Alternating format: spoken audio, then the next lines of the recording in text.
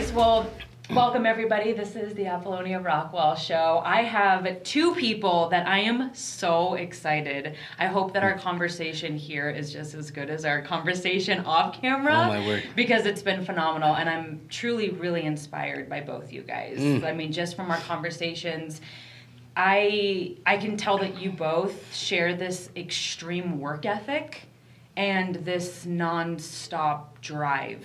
And it's really inspiring. So I'm excited to ask more about that and how you got there and just your guys' stories. But so can you guys start off? Well, first of all, a little intro. Brian Green and Skyler Schissler. So how did you guys meet? How did you guys meet?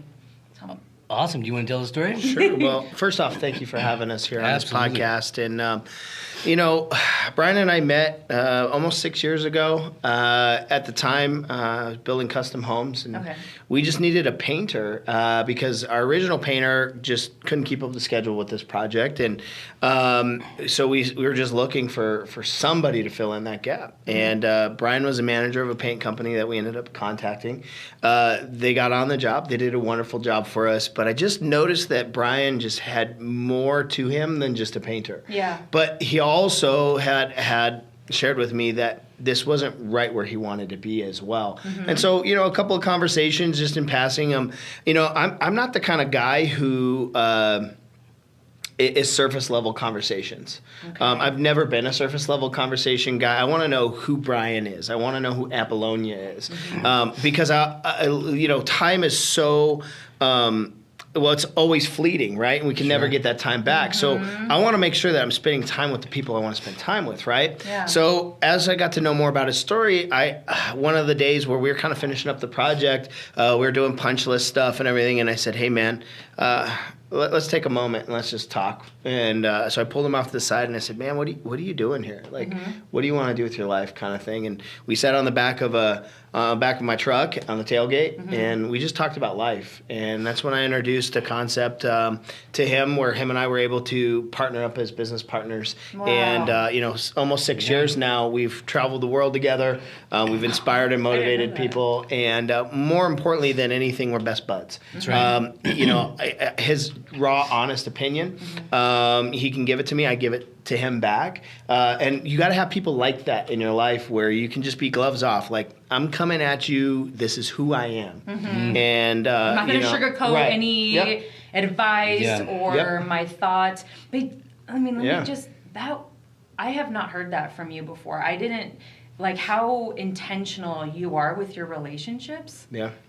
I mean, for you to say that, you guys were just working together and then you're intentional about the people that you meet and you're intentional with your conversation, like that's so rare. That's not, I don't, like you said, so many people are like, hey, I'm busy. Right. Don't look at, I got a busy schedule. Don't talk to me type of person. And because we are a lot, we're busy, but so that's just really interesting that have you always been like that? Or I mean, no. So I kind of went on a conquest about 6 years ago, and I'm going to let Brian kind of talk a little bit more about this. But let me just say, I was, by most people's standards, I was very successful.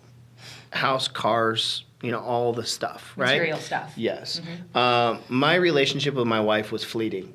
We were on the verge of a divorce. Paperwork was about to be filed, and and when I went to my mom and I said, my wife's leaving me. And by the way, my wife and I have been married for 11 years now. Amen. And yes, awesome. And we were able to save that marriage because my mom had said something that changed my life forever. She said, if I was married to you, I would leave you too. And that's my mom. Your mom told you that. Yeah, wow. And thank God my mom. Thank God. Yeah, because she was honest with me. Yeah. Instead of doing what most parents would do, right? They would say, oh, it's okay, you'll bounce back, there's more fish in the sea, all that kind of stuff. She's like, no, you messed this up. Something like a buddy would say. Yeah. Sure. You're in love with money, you're in love with your business. You're in love with these things, but you're not in love with your wife. You're not in love with people. I invite you to barbecues and you don't show up. Why? Because you got another job to do. And it's like, what is all this for if it all just keeps leaving you, right? We just kind of talked about that off screen. I was sharing with you guys. We were grabbing coffee. Yeah. And I'd love to get both your guys' feedback on this. Is I said, I really struggle with days off. I really struggle with time off because I'm excited because we're all high achievers, driven, work, and that's what excites me. That's what fuels me. But I would just love to know how you balance that because I listen to a lot of podcasts, I listen to a lot of people, work-life balance. I'm like, I don't believe in any of that. And I'm just, let's see, was it Thanksgiving break, so the office was closed for like 2 days or something. Yeah. And I really struggled with that. Yeah. I didn't want to be bored. Yeah, I get you. I didn't want to be unproductive, and I just really wanted to be back in the office. So how do you guys deal with that? Well, so I went on this almost like enlightenment moment of how do I have a good life, have all the things that I want, and bring the people with, right? And so I started going to conferences. The family with. Yeah, and also my friends. You know, one thing that you know, if you're listening to this podcast and you've had any form of success, sometimes being at the top of the mountain is the loneliest place. Totally. Right? So you got to bring your buddies along with. So I just started looking at my life from a different perspective. And that was, how do I become the best version of myself, but how do I bring people along with? And the first thing was getting to know people.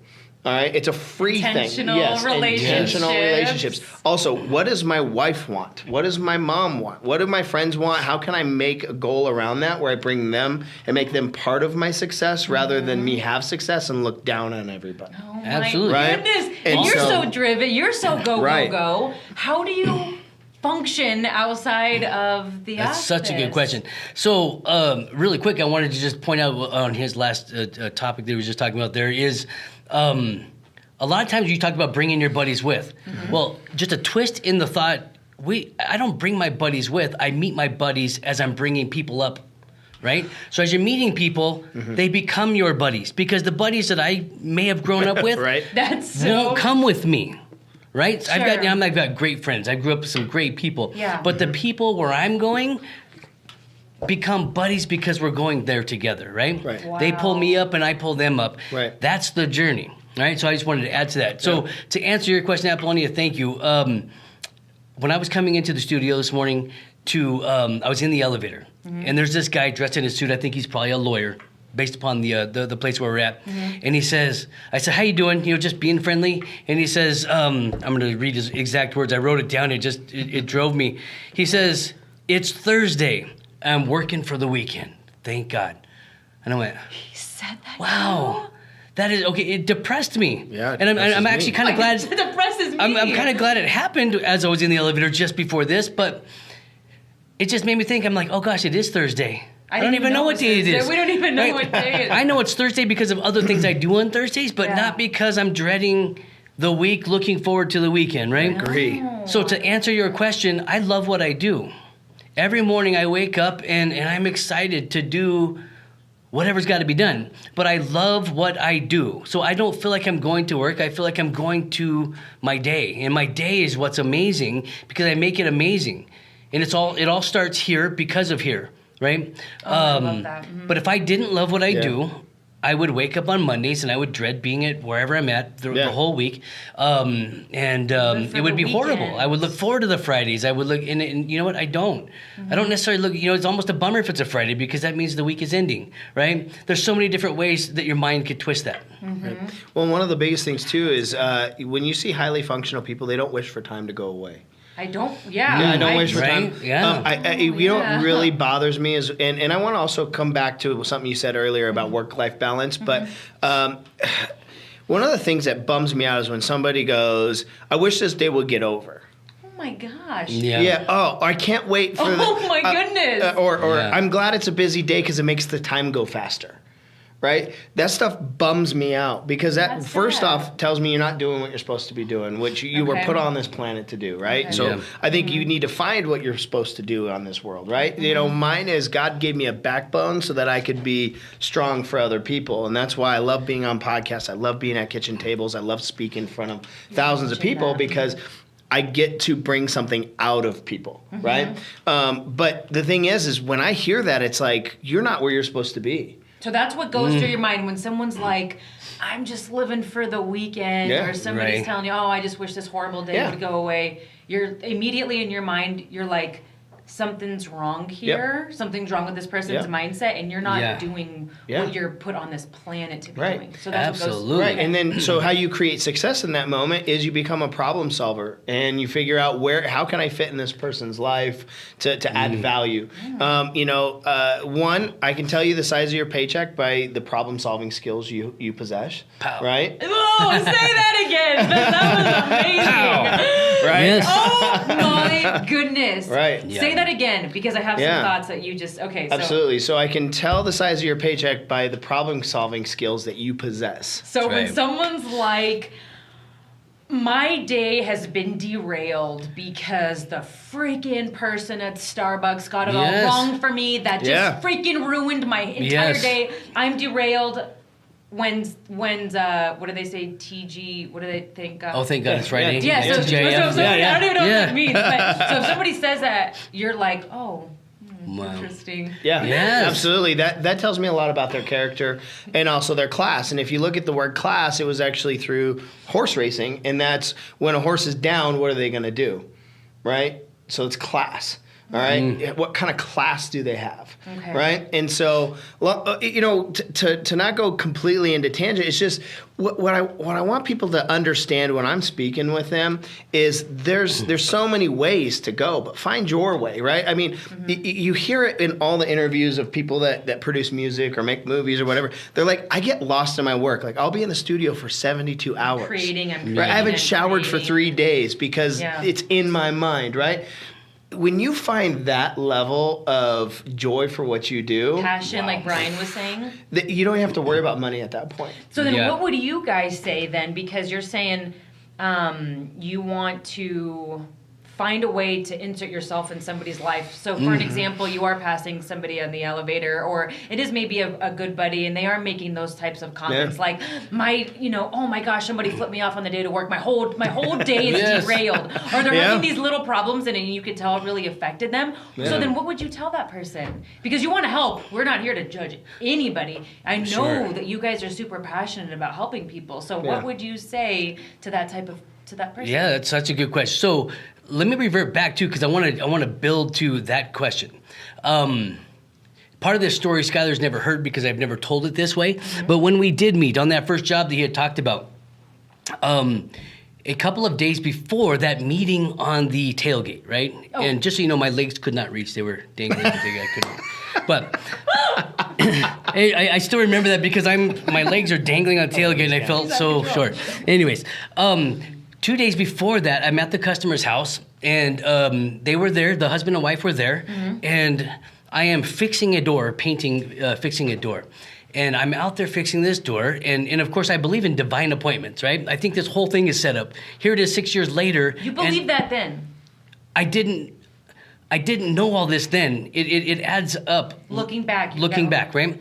So I got this overwhelming internal spiritual moment where I felt like God was saying, go pray for this couple. Don't even know why it came. So I went and did that uncomfortably, just went over there. This was completely out of my realm. I'd only done that a couple of times in my life up to that point. Day that you guys met, this happened before? Yes. Okay. So I go to this couple, and I asked them, of course, I'm prefacing because I'm scared. And I asked them, what is your faith? And I asked them about their faith, and like, well, we kind of believe in God and blah, blah, blah. And just get the gist of the story here.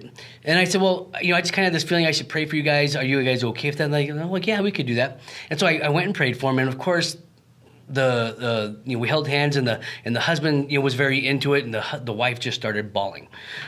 It was good, a very good moment. Wow. 2 days later, I get the owner of the construction company, right? I'm just the subcontractor on a job, right? And so next thing you know, hey, let's go talk. Let's sit on the end of this tailgate. And here I'm thinking in the back of my mind, what a really neat moment. But whoa, am I getting fired? Am I going to get kicked off the job because I went? That's what's going through your head. That's what's going through my head. Point. Okay. So, anyways, Then, of course, here it is 6 years later, I'm telling you, it's a divine appointment. So that divine appointment was us growing together, learning more about this. You ask Skyler, have you always done this? No, we probably neither one of us have, but we've learned to do this. Yeah. We've grown to the point now that this has become habit. So the guy in the elevator, I probably wouldn't do anything in that moment because you're in an elevator, right? Yeah. But the next time I see him, I'm going to have more words for him. I'm going to have more of a connection. Hey, man, how you doing today? Right? And then maybe the next time I'll have more conversation with them. So what I'm doing is I'm building a relationship with somebody who a complete stranger, one small moment at a time, to where I can approach that. That's how I would approach that, and then eventually build into a relationship. And you never know, maybe that leads to coffee and knowing more about his family, because the goal would be to show him, if I believe that I'm a more joyful person based upon my decisions every day, I would love for that to spread to him if Thursdays are something he looks forward to because it's closer to Friday, right? To me, I would love to share with him, maybe this isn't for him, but the goal that I would want for him is to, for me, weekends or moments like that, he's looking at the weekend as the break. Right. I look at weekends as the reward. Yeah. Right? Or maybe not a weekend, but I look at a vacation or a moment away as a reward for all of the hard work I put into, right? But not a break. Right. And you were about to say something. I love that. And then that makes me think of kind of the work-life balance comment I made. You said you were kind of wheels were spinning. So what is your take on that? So there have been some seriously just amazing moments in my life where growth has happened. And that is when I've had to put my money where my mouth is. Okay. And I think the reason why we don't get spousal support, we don't get friend support, we don't get mom and dad support, is because they've seen us say we're going to do and we don't execute. And it's happened over and over and over. And it's like, well, here's another time where you said you have some crazy ideas and right? Okay. So it's just becoming a man or woman of the word. Okay. That's step number one. Number two was when and it's basic stuff, right? But we live in an information age where it's easy to talk, right? But it's harder to do in our mind, but it's not, right? So what happened was I went back to my wife and I said, don't leave me. I'm going to figure this out. I said, just give me 6 months. I'll figure this out. And that's when I went to work. I started going on money-making conferences to figure out how to invest my money. I went to seminars to work on myself. You started to work on yourself. Yes, I started to look at me as the issue rather than everything else as the issue. Right? Wow. Right? Wow. I was doing what a lot of people are afraid to do. The things the answers you're looking for are in the places you don't want to look. Right? Wow. Yeah, we avoid those areas. Yeah, they're scary. They're tough. Absolutely. Absolutely, right? So I started going down that path. It was one of the most emotional things. But when I came back 6 months later, my wife and I had split. Right? She was like, I'm all in love with you again because you're caring, you're kind, you're giving me time. You know, you figured out this idea of like. You went and figured it out, basically. I mean, it's so hard to put into words. But when I figured it out, then what happened was I was able to spend time on a relationship. Yeah. And then I said, wait a second, there's something I have here. And so I've gone to enough conferences and I've read enough books and I've been mentored by such amazing people where, they taught me these things, like Darren Hardy, he says, use jam sessions in your day. Where, what's that mean? A jam session means you're going to take 90 minutes out of the day and you're just going to go as hard as you can. And then you're going to spend the rest of that morning, so 90 minutes, working on your business. The other portion of the morning is going to be relationships, building your network, working with your team, giving that time to them. But that 90 minutes is for you to do your money-making activities. Get your stuff done. Yes. So now you're getting the business. Undisrupted time. Yep. Sorry. Absolutely. No, and Brian's absolutely correct. So now you're getting your cake and you get to eat it too, right? So now what I did was I said, okay, well, if we can take that on a day-to-day basis, why don't I do spurts or why don't I do runs or why don't I do, where I can run for 90 days, tell my wife, look, 90 days, I'm going to go hit some goals. Right? My pen. This is like. Oh, dang it. I got my pen. Right? Yeah. So 90 days. I'm going to work really hard for 30 days, 90 days, whatever it is. All right? I'm going to get my stuff done. I'm going to get my life in order. Yep. And I'm going to get my goals achieved, right? And then what's going to happen is when I hit that goal, when I come back, all right, we're going to go to Mexico and we're going to spend 10 days, just me and you. And my family's going Yes, to and my give family's the coming reward. with. Yes. For the sacrifice.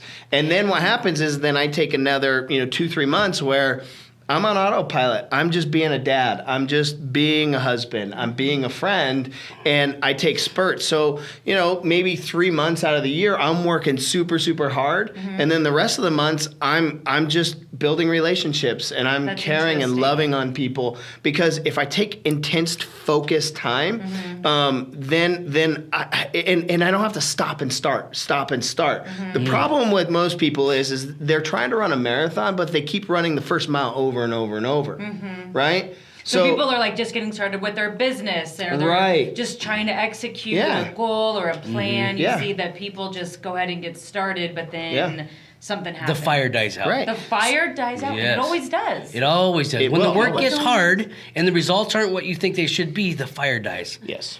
And that's where there's a defining moment we'll talk about at some point. But that defining moment is when that fire is fueling, and you're on target. Off camera, we talked about the what'd you do 60 to 90 days before your success, right? Yeah. Well, that's the defining moment is when all of a sudden your success doesn't show real fast, but you've been working your butt off. You get right. That's when you work your butt off, and then all of a sudden people's fire dies out, and they either quit or stop until the fire gets sparked by something, and they start over again. That's the mile, the first mile over and over and over and over, but never reaching that. So then, what do you do when you're unmotivated? Well, because even though we're all driven, I get unmotivated or I get uninspired. Right. So what do you do during those times? Well, I have my stuff. What do you guys do? First off, when I go on a run like that, my motivation is I'm going to be the man I say I'm going to be. Okay. So your word is your rock. Yes, my word is my rock. Okay. So when I go on a run like that, I tell my wife, I get her buy-in. I tell her what's going to happen. You're getting the family. Yes. Like, hey, this is what I'm about to do. I need your guys' support. So please don't tell me to work less. Or like, I need you to fuel me because I just need your support. Absolutely. Right now. But famous words before this run, honey, don't leave me. That's right? Hey. I'm telling you. Right? Hey. But here's the thing. But then, if my wife sees me sleeping in, and she knows that I got a goal or something, she has permission. Yes. Yep, she has permission to say, honey, get your butt out of bed, right? I love that. Right? Yeah. But here's the thing. When I'm not on my run and there's a moment where I get to sleep in, she's like, you've earned it. And same thing, we've earned it. Right? And so, because she's doing her part in supporting me, right? That's just as important as doing the work, right? Okay, Coming home to a positive household and having somebody who says, I know you got your butt kicked today, but I still love you, and give me a big warm hug, that's just as much as making a phone call and closing a major sale, right? I completely agree. Yeah. Absolutely, right? Okay, so just keep that in mind, that's where, you stay motivated is I want to make sure that my wife has complete faith that I'm going to deliver. Okay, that's the first one. The next thing with motivation for me, typically is I'm a big fan of, if you've listened to Gary V's, podcasts or his shows or his daily V's or anything like that. Love you'll find a lot of highly effective people also think about the morbid outcome. Right? Yeah. What would happen if? About that. Yeah. What would happen if I got hit by a bus today? Yeah. What's going to be left for my family, right? And so we talked about when we first were putting this podcast together. We talked about one of my favorite things is to talk about is legacy is the new currency, right? Yeah. And so that's what's the legacy when I'm gone. What is my son? What is my daughter? What is my wife? What are the people in my life going to say about me? I think right? When I walk out of a room, what are they going to say about me, right? And so that's the legacy, and I got to give Darren Walker that credit for that. He came to Greeley in 2015. He's very, very successful entrepreneur. He came here and worked with my team and did sales training for my team. Told us how to really close the sale and all that kind of stuff. And when we were talking, he impacted my life forever by saying legacy is the new currency. You know, and he said exactly these words. What are people saying the second you leave a room? Because everybody's saying something when you leave a room. Sure. It's just, what are they saying? Ooh. Right? Are they saying, hey, he just shows up halfway, or, Yep. you know, he's great, he's great the beginning of the week or the beginning of the day, but then he falls off. He doesn't really spend time with us. He doesn't invest in us, which is another topic, is pouring into your team and leadership, things like that. Yes. But so that really stuck with you, what he said.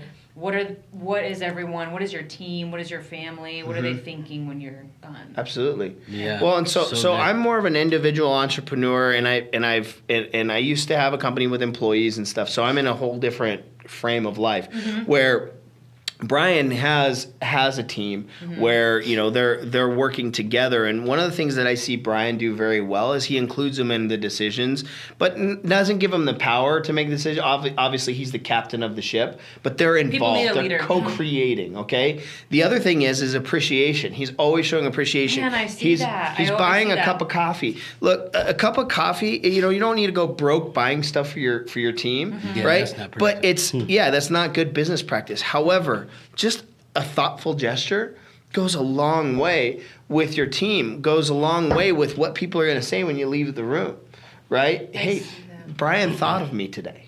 Not only is he giving me a job, which they should be very thankful for, right? So let's not negate the fact that he is allowing them to work in his team because they're doing a good job, right? And he's providing a job for that person, okay? And they're also providing a service, right? Yeah. So there's even exchange, right? But he's going a little above and beyond.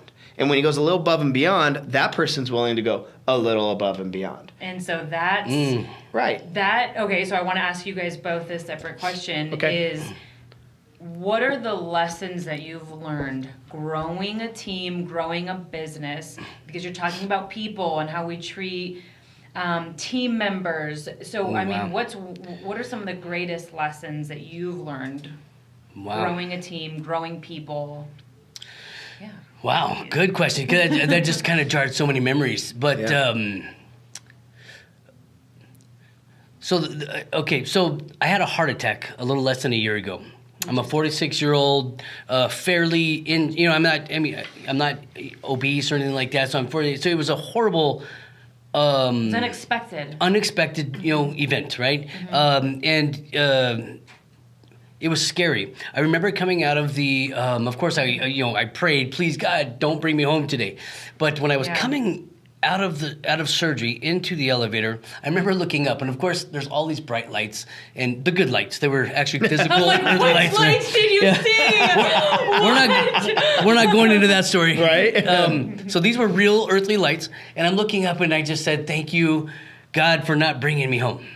And I remember saying that. Yes. Yeah. The answer I got moments after was, "Son, I was never bringing you home, and this is not about you." And I thought to myself, that is so weird. Why? Like, maybe I've got too much medicine in me and I'm a little loopy right now or whatever, high from the medicine. Right. I don't know, like, where did that come from? And so I'm reflecting a couple hours later when I was more, less intoxicated from the medicine and the surgery stuff. And I'm like, what did that mean? That's so powerful. It's not about you. So I've kind of made that my motto. I have learned to show my team as a leader. I am not the owner I'm the owner of the company, but I don't look at myself as an owner of the company. I look at myself as the team leader. And meaning we're going to go into the trenches together. We're going to win together, we're going to lose together, but it's always going to be together. We don't play the blame game. I don't walk around, and even if it's your fault, I'm not going to walk around and say, "Well, Apolonia, this is why we failed today because you screwed up." I'm going to say, "Listen, Apolonia, we screwed up today. How do we fix it? Right? How do we get better?" And I'm allowing you to take responsibility. Problem solving. You're making it a team effort. You're not singling anybody out. Okay. Because the journey is you're going to get your responsibility. I'm going to get mine. I'm not going to take your responsibility, but because I told you we're a team, I'm still going to look at it as a team. We do this in marriage. We do this at work. We do it everywhere. But what we should not do is point. We should never point the finger. It's so unproductive. Starting your day, like we talked about earlier, is with coffee. You go to get coffee and your the barista takes too long or screws it up or whatever. Are you going to allow that to ruin your day? Because it's your choice. You could go through the day going, well, if she didn't ruin my coffee, pointing the finger, right? Yes. My day wouldn't be horrible. Right. Or, Oh my God. and that's just where it starts. It starts with a mindset. So with my team, when it comes to pouring into my team, it's we. We are a team. I am not the boss. I am not the manager. I am the team leader if you want. But really, that's as far as I go. I feel, and tell me, I feel that you guys take full, that you guys take full responsibility for everything that happens in your life. Absolutely. Is that accurate? Yes. Because I tell my team that. Yeah. And I tell myself that. I tell my family that. I'm like, anything that happens to me, I take full responsibility for it. Yes. I don't know if I've always been that way, but it's something that I believe in just so strongly to this day. You know, if somebody else messes up on the team, somehow, some way, it is my fault. Well, what could I have done different? Jim Rohn, again, I've listened to so many people and I've read so many books, and so I'm just a product of so many people's information, and I just kind of put it in to make it me, right? I like that. But Jim Rohn says maturity is responsibility. Maturity is responsibility. Right. So when somebody says that person's immature, it's because they're not taking responsibility for their own situation. And responsibility is a foundation to build off of, right? The second you say, my marriage is messed up because of me, now you can build on something. That goes full circle. And Yes. we're talking about. Right. And so when I started to do that, my wife started to do that. And then when I started to do that, my friends started to do that.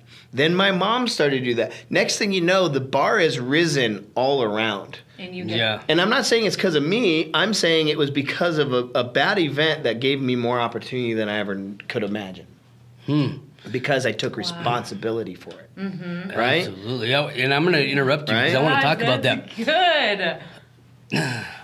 I was there during that portion of the journey. I was around. We were building our friendship at that time, and it was the most horrible for me to watch your friend go through divorce or the motions of divorce. It was so horrible.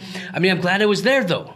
In the moment, I didn't want to be there. In the moment, I was like, holy cow, would he freaking just grow up and figure his crap out, right? Because, I mean, and of course, there's two sides to the story. But to be a part of his journey, their journey, where he healed and developed from the inside out. And what I mean by that is where we're so, and I hope I'm not using this word wrong, but we're so facade. Right? Everything's on the outside. I need you to believe the best things about me. So I'm constantly selling a lie. I need to constantly say, and this is what humans do. We constantly try to sell ourselves on why you need to like me. Yeah. Why, and we're concerned about it. And we tell stories. I am, yeah. And we right? And there is a real level to that because you can't go around being real to everybody. But there is, so anyways, the what I watched Skyler go through, and I love the journey. The journey is it was horrible here, and it looks really good here, but nobody wants to do this. Yes. Right? Nobody wants to go through what it took to get there, right? But when you look back, and I loved my friend enough, and I loved his wife enough, the family, to go through that together with them, and I look back going, wow. I wouldn't have changed anything for the world, or I wouldn't have changed not going through that with them for anything because that journey was amazing, even though it was hard to watch the growth that he went through to become the person that he was. I'm going to just tell you this. There was times when I would have conversations and he would say, he would talk about some of the things that he's learned and implementing in his marriage. And I thought, you know what? He's full of crap. I don't see him doing it. But then he went and did it. And I was like, whoa, that blows my mind because most people, where we started this conversation, most people say they're going to do something and then don't. Yeah. So what is the difference? Skyler made a decision. He made a decision that he was going to be a better husband, a better person, and save his marriage. So and nothing was going to stop him from succeeding, right? And it's so important. And you know what? We can talk about decision because decision is a powerful word in our lives. Yeah. We've had many conversations. I came from a background of recovery, and I can go into that a whole nother time. But when I finally stopped using, I had to make a decision that I would never use again. Not in the moment, I feel like I should never use again, and I'm probably never going to use again. And I'm telling you, listen, I'm never going to use again, because it's all bull. Facade, it's bull, right? Facade stuff. I had to make a decision internally that I was about to join a journey on never using again, or in his case, becoming the husband that God created him to be, so that he could be that person. Is hard work. He's going to have to say he did wrong. He's going to have to say, this is where I need to grow. He's going to have to say, it's going to be a fight and a battle. And that's the hardest moment in life. That's where we generally quit. Yes. That's generally where our decision isn't important enough. All of us, right? All of us. Right. Absolutely. So when I made the decision to never use again, it scared the living daylights out of me. Because I had said I'm going to stop and I'll never do it again.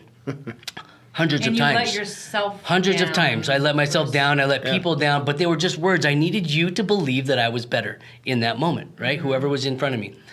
But when I finally made a decision, I thought about the word decision. The Latin root word for decision means to cut off from. That means that when I learned the difference, that means that I knew that if I was actually going to do this, I was never going to be able to use again. So it turned into, in the moment, I don't want to use again, to, oh my gosh, I'm never going to be able to use again. Right. That's so powerful. You're saying to disconnect. I mean, I guess that's how I interpret what you just said, is when you make a decision, it's not just, hey, I want this. It's, hey, I don't want this, and I can never do these things again. Yes. Like, if you're making a decision, yes, I'm going, if it's a fitness goal, if it's a business goal, it's not just, hey, we want to do 10 million this year. It's, I have got to cut the laziness out, the unfocused time out. I have to stop doing these things that are giving you the results you don't want. Right. Right? And life is still going to happen. Yeah. If you're using exercise as the example, or if I'm using addiction as the example, it doesn't matter.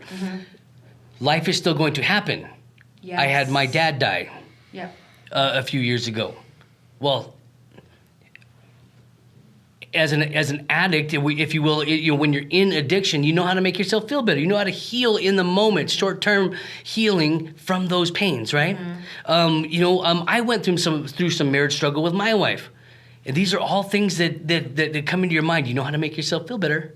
Or if exercise is the goal, right? If you have some fitness goals, it is so easy. Hey, you know what the husband says? Hey, why don't we just take the day off? You can be lazy today.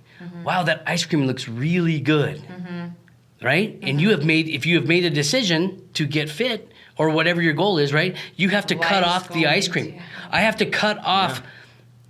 That somebody died, or that somebody hurt me, or that I'm having a bad day, that life is happening and still not use. That's the decision. So when I make a business decision that I'm going to reach a certain goal, then I have made a decision that nothing is going to stand in my way, and I'm going to get there no matter what. Because life will still happen. Yes. Employees quit. Employees call in sick. Customers get mad. Yeah. All of these things, and I have made a decision that none of that's going to stop me from this particular goal.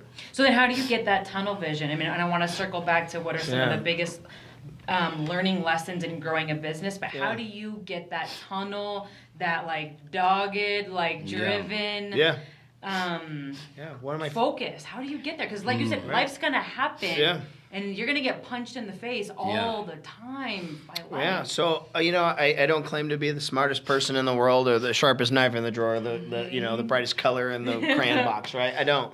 So I have to dumb it down for Skyler. I have to make it so that I can put one foot in front of the other. And if I know my marching orders, then I can achieve just about anything, right? So the way I get my marching orders is how do you get there? What does that mean? So you start with the end in mind. So if your goal is, hey, I want to do this in business, or I want to become a speaker, I want to, whatever it is that your goal is. Listening to this podcast, there's people that are going to have all kinds of different goals. Okay? Yes. First off, define your what success means to you. Okay, and then will $1 million really give you the success that you want? Right? Probably not. Right. But right. A lot of people don't know that. Absolutely. Yeah, we don't know. Right? Sorry, I revealed a secret, but once you get the million, it's nothing. Yeah. I mean, absolutely. So what happens is you have to define what is the end goal. Okay. So with a clear vision, like this is advice for the high school kid. or hey, I'm struggling in my business, or hey, I'm thriving in my business. Like, what's the next step? What is success? What is that? Okay, and then you're gonna go for that, but then you reverse engineer it. So I was just on stage about 3 months ago. What did you say was one of our last events? And I in front of a crowd of people told what I was going to do over the next 3 months, which I was going to put in 300 sales in my business, right? And that scares the crap out of me telling that. You claimed it. You said, I'm doing it. This is what I'm doing. Here's how I'm going to do it. Here's are the numbers that I got to go do. I got to talk to X amount of people. This is how many people with my statistics usually join our company. Okay? Then what ends up happening is then how many people do I need, to show? So how many people do I need to talk to? How many people do I need to reach out to? How am I going to do that? Am I going to do that through social media? Am I going to do that through my phone book? Am I going to do that through friends? How am I going to get there? And I reverse engineer it, right? Yeah. Excuse me. And I got to the point where I needed to talk to 10 people a day. Okay, well, So you broke it down to your daily routine or the daily things that you need to be doing. So then what I did is if I need to talk to 10 people a day, I just doubled it. So now I got to talk to 20 people a day. So now I'm guaranteeing that more than likely it'll happen based on my statistics of being in business for 6 years with this current concept, right? So now what I'm doing now is I've got marching orders. Now what I do is in the morning I do a jam session. In the afternoon I do a jam session. 90 minutes. 10 people, conversations, set up appointments, do what I got to do, go do some networking so I can fill that funnel, right? And then I go and enjoy my time with my son, my wife, go have lunch, go, spend time with the family. They know who dad is, right? And then I do my another 90 minutes, shut the door on the office and hammer the phones, set up appointments, network. And I'm only working literally, I'm only working about 3, maybe 4 hours out of the day. Like real work. Like real so many work. people say, real work. 10-hour days. Like, what I do in those 3 hours, I'm doing what somebody does in 12 hours because they're on their phone Facebooking and they're BSing at the water cooler and all that stuff. No, I'm laser focused. You call me and it's not part of my plan in that 90 minutes. We're not having a conversation. It's not part of my program right now. But after that, now we're going to sit and I'm going to BS. I'm going to have fun. How's the kids? How's the wife? Yeah. How's the dog? Oh, now I'm creating relationships, right? And so now I know what I'm doing. And so if I can do something over and over, so a lot of people, this is one of my favorite things to say is, I am a common person who does a common thing, but I've done the common thing over and over and over to the point that I've got uncommon results. Pow. Wow. Another pow. I love it. Another. Boom. Right? So See, cool. There's no special thing out there. It's no you got secret. you just got to do it over and over. Yeah. There is a secret. Okay. No, there is a secret. But you're there. You got to buy my book. No, I'm just kidding. Okay, it's funny because I can't tell you how often people are always people will ask you, "What is your secret?" They're looking for. Right. They're looking for the phrase that you use that caused you to be where you're at. And the secret is what people don't want to hear. It's hard work. It's hard work. It's easy, but it's hard work, and people are afraid of hard work. He just said he went consistently doing common things over and over and over until he got uncommon results. That was hard work. Yeah. Because until he got uncommon results, he did the hard work getting common results that are disappointing until he got the uncommon results where it made it worth it. Yeah. Most people quit or give up or say it doesn't work. Yeah. It doesn't matter what you do. It's not for me. I can't do this. It's his fault. Whatever, right? All these things, and then you quit before you get the uncommon results. Don't quit. Don't quit. And what I heard you just say, oh my gosh, so much there. But I asked you, what do you do to stay driven and to stay focused? And you just said, have a freaking plan for your day. Yes. Like, have a visualization of your day and have strategy for your every single day. Yes. I mean, that's it. Yeah, don't wing it. Don't wing it. People intentionally think that they're going to get better. I think that people just, think, oh, magically through life, because I go to work or because I go to school or because I listen to podcasts, somehow my life's just going to get better. Somehow I'm just going to get better. It's going to happen by accident. Never. And it doesn't, and it's so intentional. And and you guys have talked both about this. So you have your main goal. Then you have your plan, which is broken down to a daily routine. But both of you guys have mentioned that life is still going to punch you in the face and things are going to happen throughout that day. But if you are focused on the end result and on your day to day, then you are less likely to get distracted or to get derailed. My brother passed away. So I mean, you know what I'm like 2 years ago. So sorry. From a heroin overdose, and so like you said, like major things are gonna happen. Yes. If you're not focused, then your life will just that's when people quit. That's when people quit. You could have completely changed the trajectory or whatever of your life based upon that tragedy that happened to you. So sorry that happened to you. But everybody on your team, in your office, in your company, could be affected negatively if you allowed it. I agree. It's a choice. Yeah. It's a choice that you had to make, and that's the decision. I'm going to win at all costs. Now, it's not all costs. I'm going to sacrifice my kids or my wife or no. At all costs, meaning I'm not going to allow the punches. Here's one of my favorite stories. This will date me or age me or whatever. So back when Mike Tyson was on his run, I remember and Mike Tyson was getting paid like $20 million for one fight, and it was lasting like 12 seconds. And so I remember back in the day when people say, "Oh, I'd love to get in the ring. I'd get in the ring for $1 million." No, you wouldn't.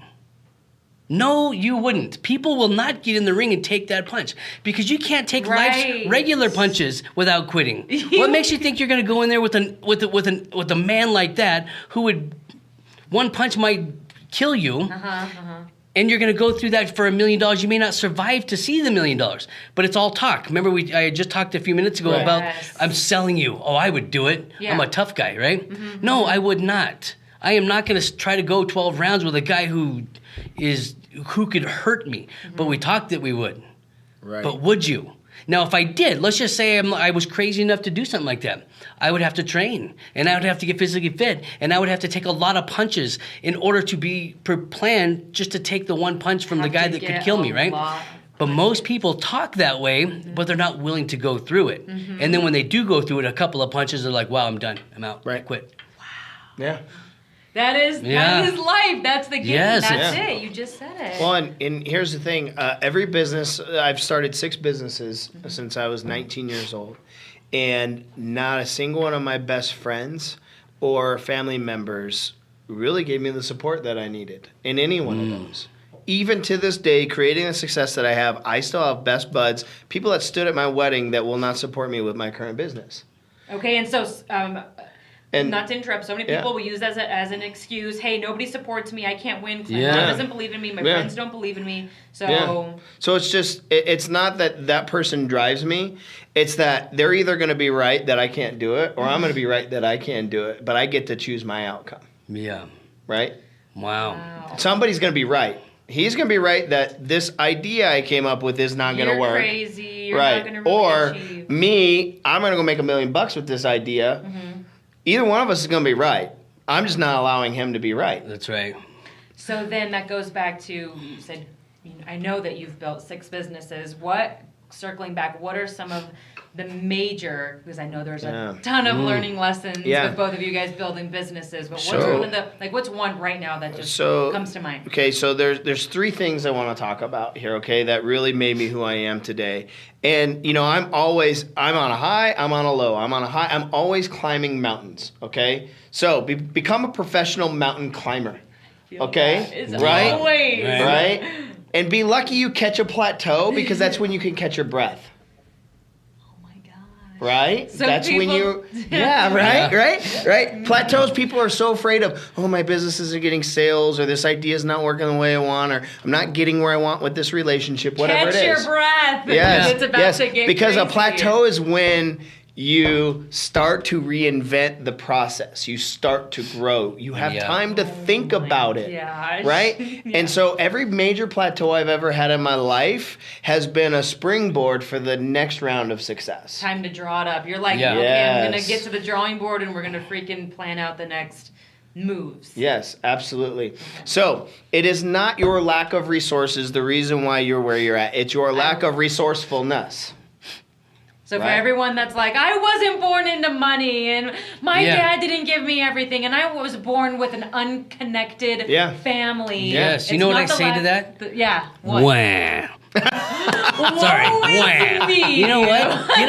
Get off your butt and get it done. Yeah. Why are you here? That's right. I mean, I love to ask people that when they come to I facilitate a faith-based recovery group. Right. And I ask people, why are you here? What do you want out of this? Do you have to be here? Are you court ordered to be here? I mean, whatever, right? Or do you want to get something out of this? Right? You teach safety classes. Do they have to be here? Or do people want to be here? Because the people that want to be here are going to get the most out of it. Wow. Let me make it real for you, too. What you said to Skyler here a second ago. You're 20, 21 years old, Apolonia. You can't start a company. Yeah. It'll never work. It's going to take money. It's going to take support. You know what? Maybe you should just go back to college. Mm-hmm. That's where you're going to get your. Okay. These are people. These are real people that love and care for you, giving you their opinion. I'm not saying these are bad people because a lot of times that comes from our friends, comes from our family, our mom, and what it could be anything. Mm-hmm. But they're dream stealers, and the reason why I say that is because they don't see what you see. Mm-hmm. Right. They're not willing to put in the effort and the work that you are willing to put into. To be 26 years old and you're having a very successful company, changing people's lives within your organization. Right. Building a legacy within your organization for your family and theirs, because it's not about you. So you're not where you're at because of your lack of resources. It's your lack of resourcefulness. Yes. And don't buy into the dream stealer story. Yes. Wow. The other thing I told, either you're saying it or they're saying it. Right? I'm very famous for telling people, don't put your limitations on me. Oh my goodness! Because that connects with what you just said. A lot of the times, that person can be intentional, trying to put their thumb on you, or it could be unintentional, like a protective mother or a good friend. That's just like that's their reality. You can't have $1 million business, and maybe you don't need to verbally say it, or maybe you do. I don't know. I have a hard time being confrontational, but for you to be like, don't put your limitations on me, bro. Yep. Yeah. I might struggle, right? And that's okay. And I may not get there when I say I was going to get there, but I'm going to get there. And I don't know how I'm going to do it. I might need Brian. I might need you. I don't know. That's why go back to those deep conversations is now I know Apolonia. And now if you're a stepping stone that I need in my life, guess what? We're going to collaborate. I'm going to lift you up. You're going to lift me up. Now, next thing you know, you've got a deep relationship. You've got a friend. You're collaborating. You're making money together. What's better than that? Yeah. Right? What's better than that, right? Now, the third thing that I was going to talk about, the third thing I was going to talk about was, getting your team to play on their strengths. Okay, that's also another Gary Vee thing if you follow him. But I've been doing this since for a very long time. I played hockey at a very, very high level. I'm a hockey guy. My family's a hockey family. All right, yeah. Thunderbirds. My brother played for the Thunderbirds. Okay, yeah, absolutely. I know the Thunderbirds. That's so cool. So play on your strengths. Yeah, so play on your strengths. But one of the things that I had a coach, his name was Rod. He taught us to be the best version of ourselves in that capacity at that moment. Right? And so what I did was when I started coaching a hockey team, we went to state championship 3 years in a row, and we the third year finally punched it home and won a state championship for high school hockey, right? Okay. I won that state championship with our team. By the way, there was strategy, okay? That we had amazing talent. Those guys could score goals, they could put plays together, things were happening, amazing goaltending, right? So it was just a great group of guys. But we had to orchestrate strengths, okay? The reason why most teams are failing is because we're putting somebody who should be scoring on defense, right? Or we're putting somebody who's a supporting role. We're trying to ask them to score. And so what happened was I told these guys, this is your job. This is what you do. We only had 12 players. The team that we beat in the state championship had 22 players.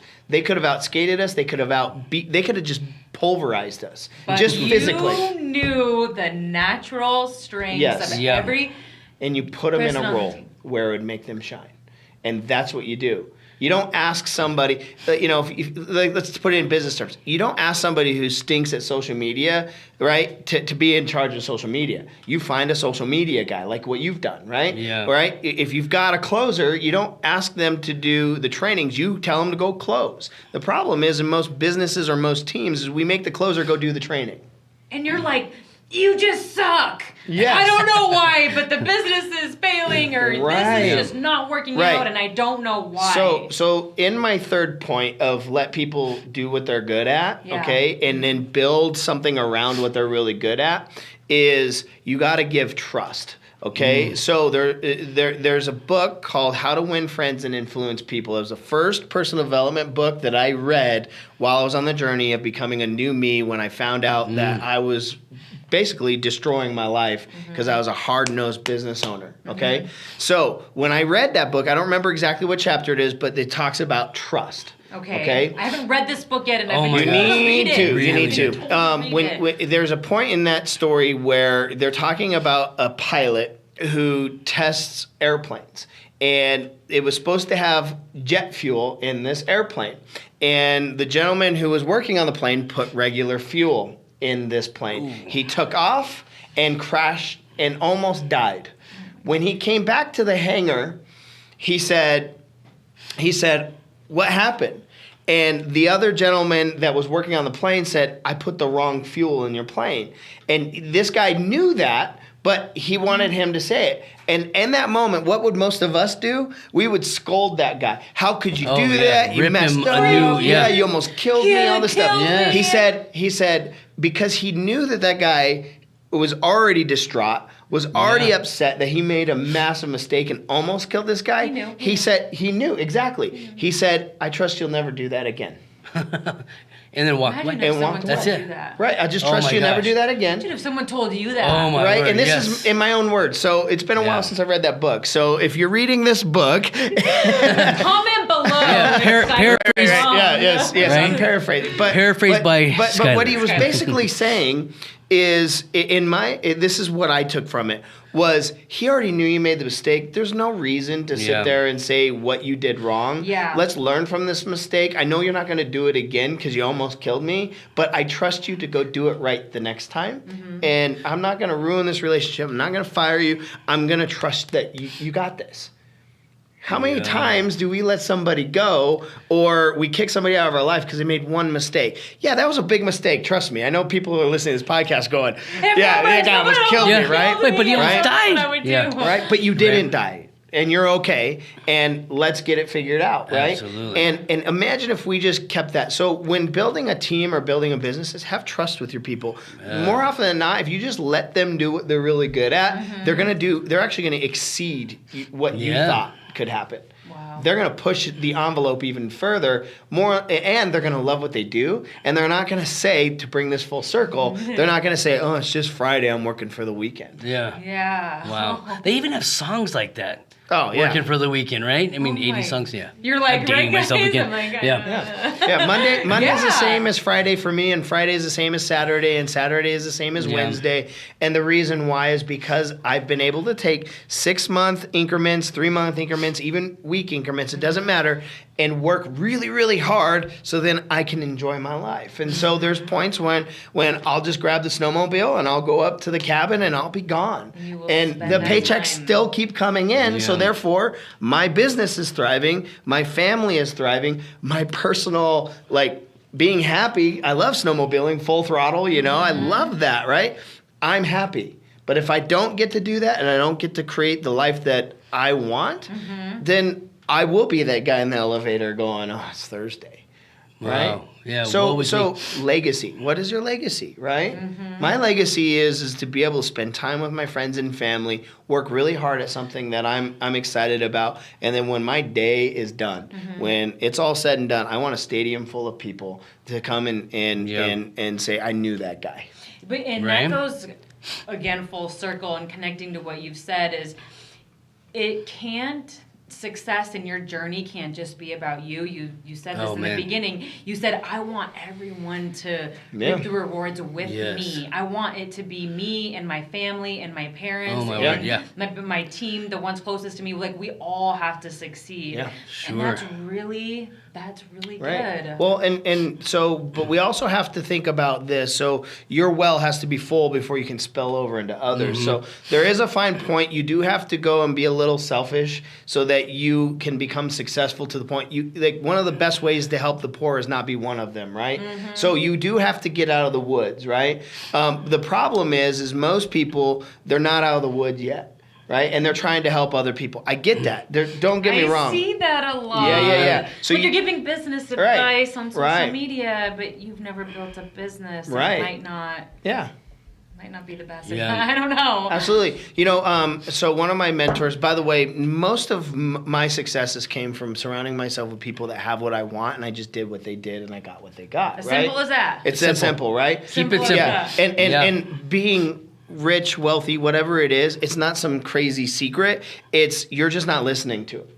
It's right there. The person that hired you that owns a multi-million-dollar business has what it takes to teach you how to get there. You're just not listening. Are you listening, right? You're working for that person right now. Yeah. And instead of listening to them, you're saying, this is what they should be doing. Oh my gosh. And you're gossiping about them. You're like, so when I go, who am I hanging out with? Who am I intentional with? Yeah. Am I hanging out with people that are talking about other people, or am I hanging out with people that are talking about hopes, goals, and dreams? Right? Two type of friend, and if there's something gray, cut them. Yeah, and actually this kind of happened. We went and grabbed breakfast the other morning, and we started kind of talking about some people in our life. And Brian was like, guys, we sound like high school students. We need to stop this. And I was like, you said that. We were gossiping. Yeah, we were gossiping. We actually were. We're not telling lies. We're telling truthful stuff. But all of a sudden, we were like, it was truthful. We were just talking about. My friends are so awesome that they stopped the conversation and go, no more of this. Let's talk about something else. Yeah, you guys are like, let's just switch. Are we building them up, or are we tearing them down? Even though they weren't there, we were essentially tearing them down in here because it was coming out of our mouth. And you have friends that are like, cut that out. Yes, absolutely. Well, you have to be. That's but here, so important. Remember, we talked about this off camera. Because I love you. Yeah. And because you love me, we're down. not going to allow each other to go too far down. We went down. We're humans. We're not perfect here. But definitely, when we catch that, hey, man, let's go a different direction because this direction feels ugly. Yeah. Right? So, I wanted to just chat real quick, too, about one of the defining moments, I think, in leadership, if you are a leader for a team, is that... we learned a lot of bad habits. Now I'm a little bit older than you guys, but the bad habits that I learned, we just need to be aware of it, right? Yeah. This is not the Debbie Downer conversation, but I learned, and I grew up where management bosses had a whole different role. You were talking about love this. Right where the pilot came down and he had the choice to yell and scream. That's normal. That is normal. It's so unfortunate, but it's normal. Mm-hmm. We have to do things different if we want different, right? I don't want to be that person that yells and screams and gets upset because there's no learning in that. I don't want to do that to my own kids. Why would I do that to my team who's helping my kids flourish in terms of how they live, right? Because it all reflects. And so not having those bad habits of being that boss, that manager, because we have the rabbit ears. We have the definition of what a boss and a manager is supposed to do, and we grew up with that. We learned that habit. So the fact that we're sitting here talking about leadership and what it takes to be a good leader, that's what it takes to be good. I mean, in my opinion, being a good leader is pouring into, not ripping down when someone makes a mistake, especially if they are aware of their mistake. Oh my gosh, my mind thinks of so many different things when you say that. One is we might not have time to talk about all this, but one thing is, you're right. Some of us do grow up in environments where we're learning bad habits. Yeah. How do you strip that? How do you strip those thoughts, those behaviors? That's someone's norm, right? So how do you, let's say that you're hiring somebody and you know that they have, it's their reality. It's negative. Their reality is negative. How do you begin to unmask that? I don't even know if it's unmasking, because that's their reality, is having, negative thoughts, negative mindset, woe is me attitude. Maybe their parents were like that. How do you change somebody like that? So how do you change? How do you inspire someone? Well, like the first that? thing is you don't be that person yourself. Okay, so being self-aware to not be that person yourself. So I mean, you a lot of us don't practice what we preach. So we could sit there and say, hey, this person has bad habits, but then it's the old thing, like, you can't throw a stone at my glass, house, because if you were to really see in it, I have the same bad habit, right? Yeah. So you've got to be, you've got to follow your own advice first off, okay? First and foremost, okay? Mm-hmm. And then don't accept it. I'm just not going to accept it. So I work with people, at their kitchen table, or I work with people over the phone or webinars or whatever, and I hear all kinds of reasons why they can't do things, right? Okay. And I just don't accept them. Like, it's... So you don't accept them. And yes. How do you... Yeah, I don't accept them. So I just don't get... That? Yeah, I just say, that doesn't matter. Like, okay, let's keep moving. And I don't even give it time. I don't even give it effort. I don't even play into it. The bar is so high that we're not even talking about that, because it doesn't even have to do with anything that we're talking about. So you're bringing me on your team, and we're talking about goals, and I'm like, I can't get there because of circumstance, because of where I grew up, because of how I was raised, and you're telling me... Doesn't matter. Today is day one. Let's do it. Like, because you're new. You're giving us tough advice. Let me just give you one other piece of advice. So rolling with exactly what he said, we actually have a mentor named Don Morton. Guy's amazing. Mm-hmm. Yeah. But here's what he had said to us at many times over. Actually, it only took a couple times before I didn't say it anymore. But it's this. Are you going to do this? I can't because of this and the other thing. I believe you. You're like, oh, wait. What? Because your words are reality. He just said he believes me. He didn't even try to stop me. Yeah, it's a good so point. he knew that I bought into it, and he knew that. I'm like, I can't be successful because nobody gave me money to start my company. Yeah, I believe you. I'm like, oh, shit. What does that mean? What that meant to me was, I'm creating my own destiny with that stupid negative thought. That's the truth with right? our words and our thoughts. And it was so frustrating that I would never say that again. My words changed. I don't use that word. I can't. Oh my God. I'm afraid if Skyler comes to me and says, hey man, are we doing this? And if I know that the answer's leaning more towards no, I don't answer. Because I have to think about what's going to happen once I answer that question, because I know he's going to hold me accountable.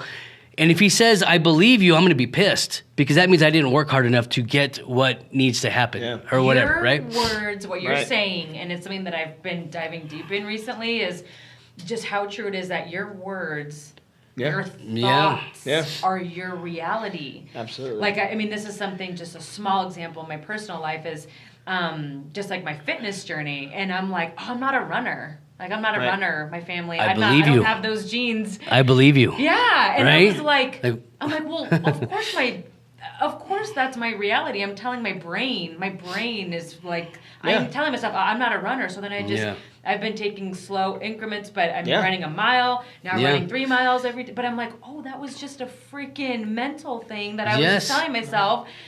So, I mean, it's just, that's so powerful. So now use it the other way. I am a runner. I've been telling myself that. And then what does he say? You say, I am a runner. And I believe you. Yeah, you are. I'm like, right? Yeah. And Henry Ford said it best. Those who think they can and those who think they can't are both right.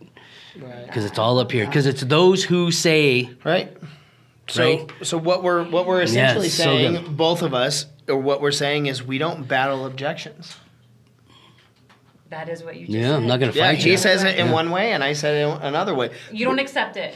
I don't accept it, and I believe you. That's why we're a good team, because I can piss you off with those words, and then he'll pick you back up by saying this. And then, of course, there's other areas in our working relationship where he pisses the people off, and I got to go do damage control. Right. But anyways, we do it well together. But at the same time, I am who I am, and I'm okay with that. And I'm okay with my shortcomings. I'm okay with the battles I've had to overcome. I'm also okay with the times where I've had cake on my face and I was embarrassed because that's who I was in that moment. I'm okay with that. Why? Because the reason why the windshield is bigger than the rearview mirror is because you're supposed to look forward, not back, right? All the time, right? Yeah, it's okay to have a glimpse of where you've came from, but don't sit there and dwell on the past, right? There's a really famous quote by either Dalai Lama or whatever. I'm just going to paraphrase it and just say, like, look, most of us live it in the future because we're just waiting for that to happen. I can't wait until, right? Or I can't do because of. So now they're living in the past. But the problem with humanity is we never live in the moment. So what you do is you live in the moment and you make decisions that are good for your future. Right? And you learned from your past so you don't make that same mistake. And you just keep doing that. And then you do something common over and over and over until you get uncommon results. Right?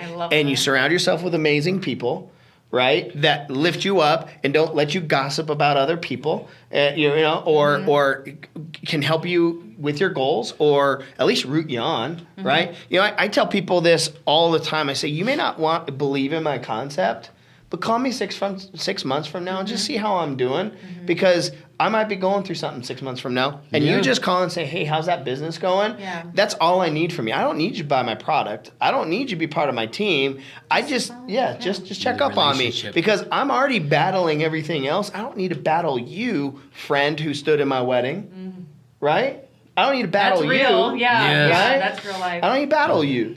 I just need you to say, you do you, man. That thing ain't for me, but guess what? You do you. I'm going to do me. And I'm going to say, congrats, man. You're kicking butt. You're my buddy. Congrats. I'm so excited that you're winning, right?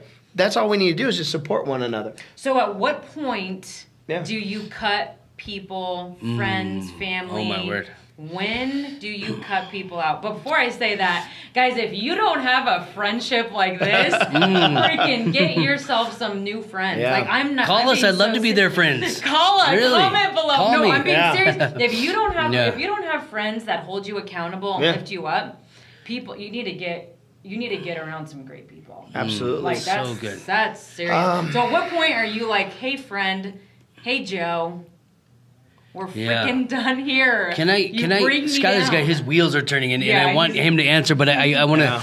So, friends and family, and you go because they coincide and they're so powerful in our lives. Yeah. Yes. Because they're powerful, they can be so good or so poisonous in our lives. Right. Ultimately, the decision is our own, which I'm aware of, which is great. I love my mother to death. I mean, I really do. Like. She grew up in a different era, and she does things her own way, and of course she wants me to do things her way because she loves me, all out of love, right? But my mom is probably one of my biggest dream stealers. Okay. Meaning, why would you do that? Why would you risk? You have a family. What do you, right? All of these things she's protecting, but she doesn't understand why I do the things I do, and constantly in the unfortunate negative. You need to look at this. Look at it this way.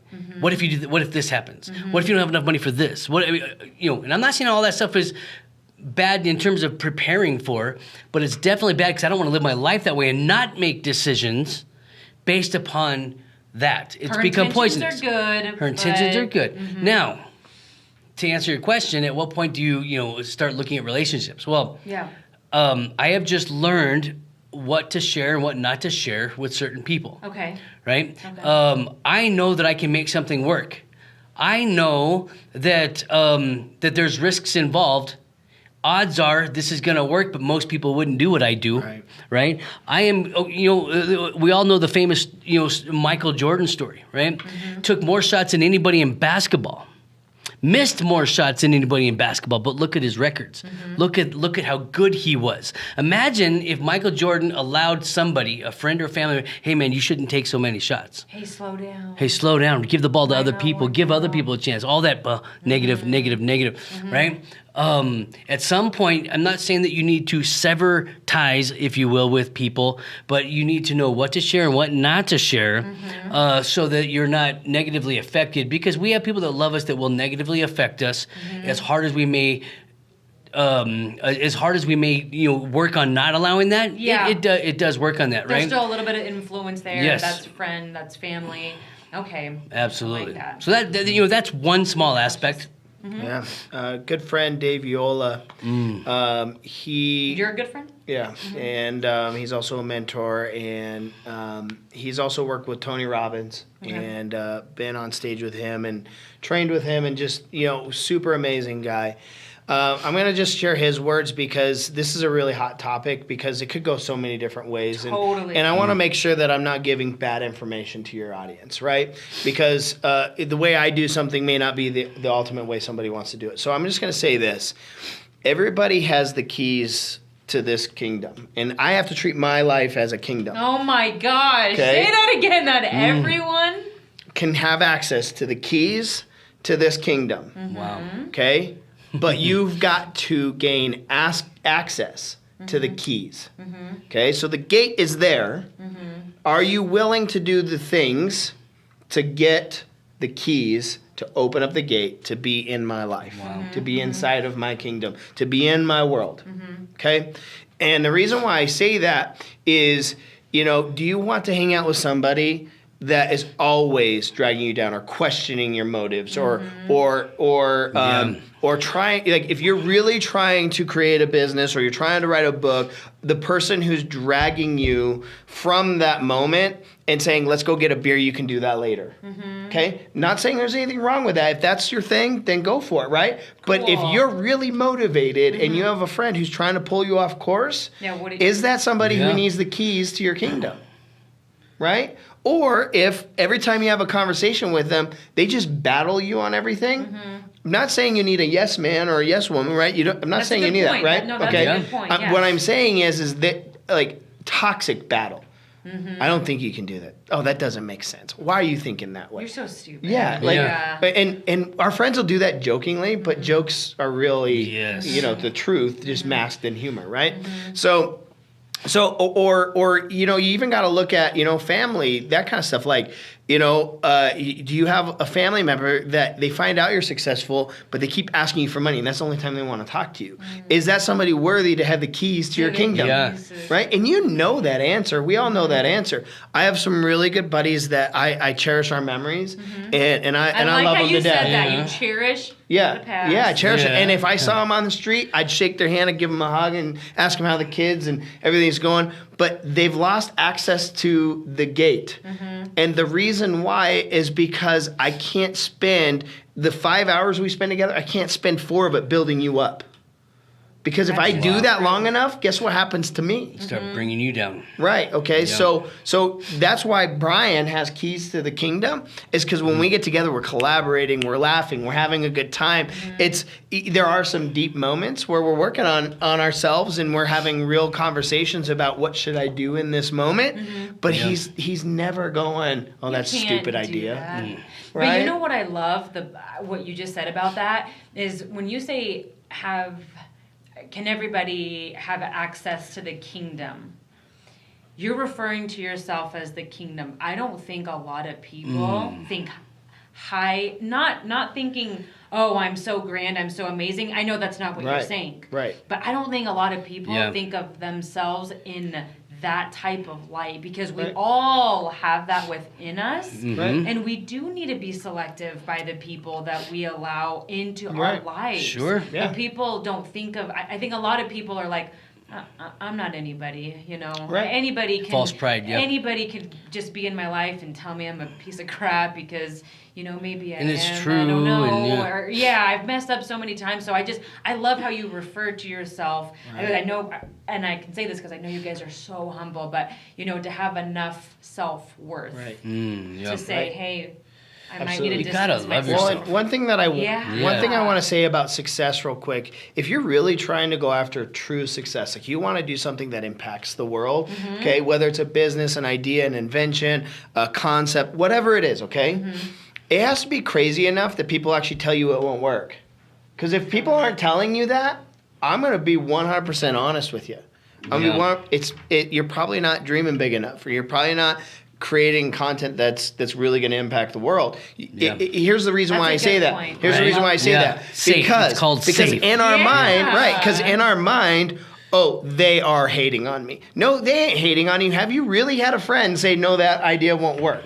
Yeah. Because most of us, we work for somebody and we get congratulated for the job that we do. Hey, I got a job. You post it on Facebook and everybody's like, oh, congratulations, right? You don't have any haters going, oh, that job's stupid. Yeah. Right? No, I'm talking about if you started my business. Right. Now, when you say, yeah, I started my business or I got this idea, they're like, oh, that's dumb. No what are you thanks. doing? Danger. Yeah, danger. Yeah, you're going to go to jail for Right. that idea, right? Like, if you start getting that, I that love means that you're one, by about the way. ready to go on, you know what I mean? Like, you're about ready to go make an impact. You're on to something. You're on to people. something because you've reached people's limitations.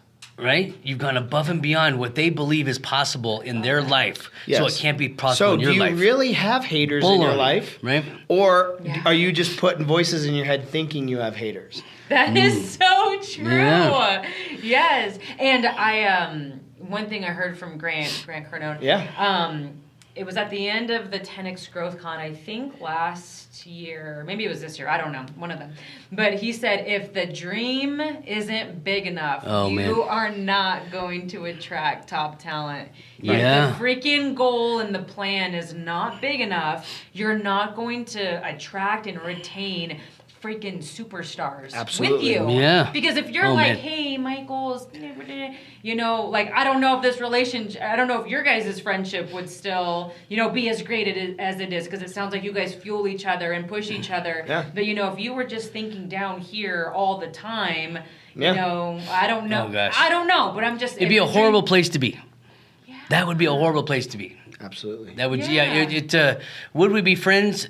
We could not remain, we could not maintain the level of friendship. Level of friendship that you guys have. If one of us, was mediocre, or Mediocre. lived, right? Be obsessed or be average. And yeah. Right? Seriously. Average is okay for some people, but I've never considered myself average. Don't want to be average, but not being average makes you work hard. That secret that we talked about a little bit ago. Yeah. The hard work. Am I willing to not be average? Because average is okay.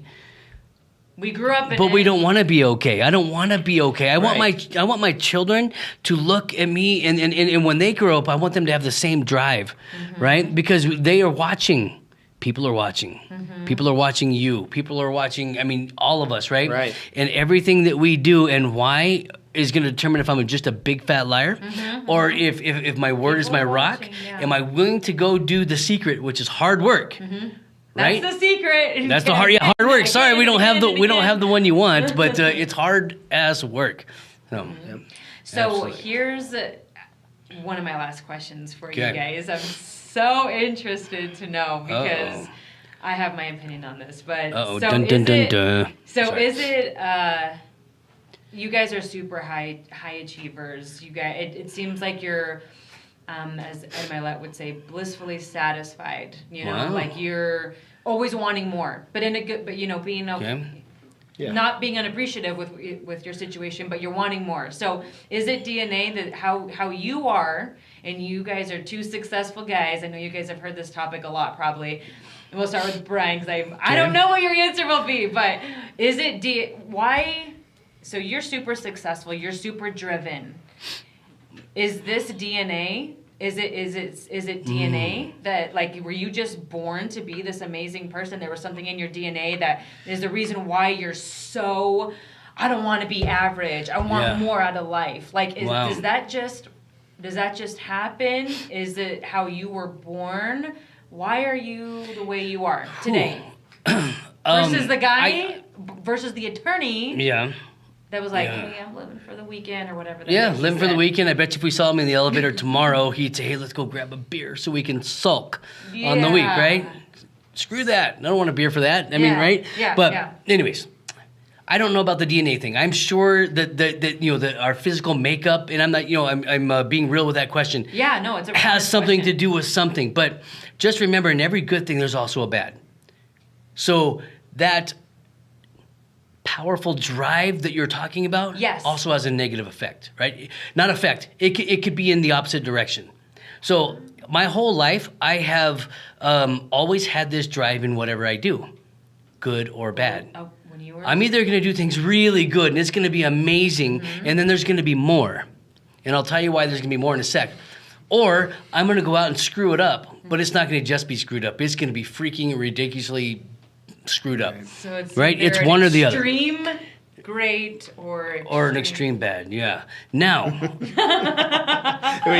I have future podcast. I have a very strong faith in Jesus, and we had another one of our mentors. Matter of fact, you know him, Lorenzo Roybal. Yes. Yeah. So maybe a mentor for all three of us, right? Yeah. He had said one time, God put dreams on your heart for a reason because he trusts you with them. Oh my goodness. So there is so much here and in here that there was a time in my life that I drove my life to a point where I was never going to achieve or think that any of the dreams that I were having were possible. They were just those things you had in the middle of the night that you'll never have in real life, right? My reality sucked. Okay, I created a horrible reality. Tony Robbins has a very a famous quote that is easy to live by. People change when the pain of staying the same outweighs the pain of change. Change sucks. Believe in that. Change is hard. It is not easy. But until you hate where you're at, until it's so painful for you.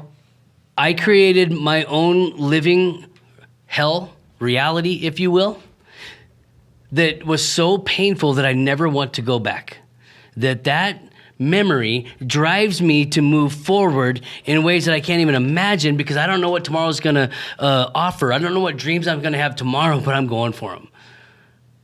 Wow. And life's still going to happen and all that kind of stuff. I am not Superman, but I am telling you that my drive comes from where I've been. Oh my gosh. Okay. How about you? That's so. How do you follow that? Oh my goodness.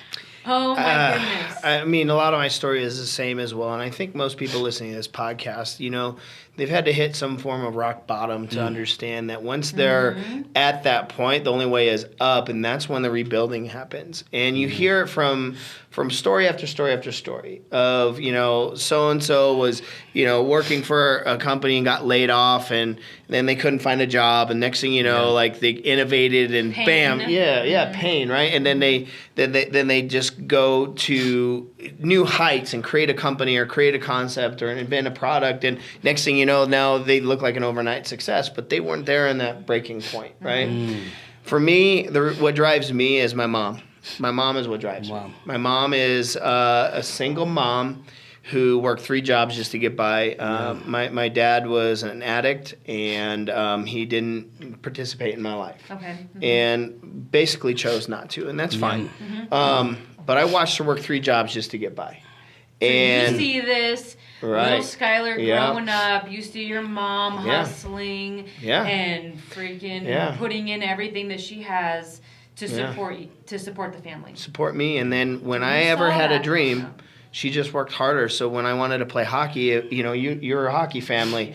When you play at that AAA level, like the Thunderbirds, you're talking about $10,000 per season, right? Wow. To play at that level in hopes that you would get a college, contract. Yeah. So when you're having these dreams, your mom's response to you is, I'll find a way. I'll find a way. And then you see her behind the scenes working her ass off. Working so hard that when I'm 7 years old, I'm making my own dinner because she's not at home. And that was tough. Don't get me wrong. I don't wish that childhood on anybody. Okay. However, by her doing that instilled a work ethic that I don't think I can ever get rid of. Okay. Number one. Number two, it would be a slap in her face if I don't become something great off of the backbone of her hard work. Wow. And everybody listening to this podcast, your parents have made a sacrifice for you somewhere, some way. And if your parents didn't, let's just say you got parents that didn't, your grandparents did, or their grandparents, somebody along the line made a sacrifice for you to be on this planet. And God forbid you wasted away playing a video game or sitting on a couch, just eating food. Go do something with your life, because that person wanted you to go do something with your life. And so I would literally be smacking my mom across the face if I wasn't working hard at becoming something great. That's right. Amen. Wow. I love that. Wow. So not DNA. Seeing your mom is what is instilled that work ethic and that drive, and same thing with you. And so for everyone listening, we're going to dive deep, and you both have incredible stories that I even don't know the full story. So that's why I'm excited for future podcasts. So stay tuned and keep up with us, because in the next couple of weeks we'll be doing one-on-one interviews with these guys, digging deep into your story and finding more and how you got to where you're at today. Thank you. But I have one thing first before we stop this podcast. Apolonia, you have a story. You are a young entrepreneur. Your company and the people that work for you, or your team, if you will, that you have built. I look up to you at what you've done. Congratulations. It's amazing. And you know what? Your listeners, where are the cameras? We're going to look right in the cameras. Where's the camera? Your listeners want to hear your story too. You have a powerful story that people need to hear. And so... people, in your comments below, if there's a way to comment whether or not you want to hear Apolonia's story. And I'm going to tell you, we're going to make this happen. What we're going to do is Skyler or myself, maybe both of us, but we're going to interview Apolonia soon. You guys post your comments if you want to hear Apolonia's story. Wow. Okay. There you go. Thank you for having us. Deal. Game Your on. team has been amazing. And I love your facility. If you guys haven't visited True Safety, come check it out. Amazing place. Absolutely. Thank you, guys. Well, thank you for your time. I know you both are super busy, so I appreciate it. Guys, if you have any more questions, like you said, please leave it in the comments, message us. If you have any thoughts, feedback on today. But I appreciate it, guys. Thank you. Love you. See ya. See you guys soon. Bye. Bye-bye.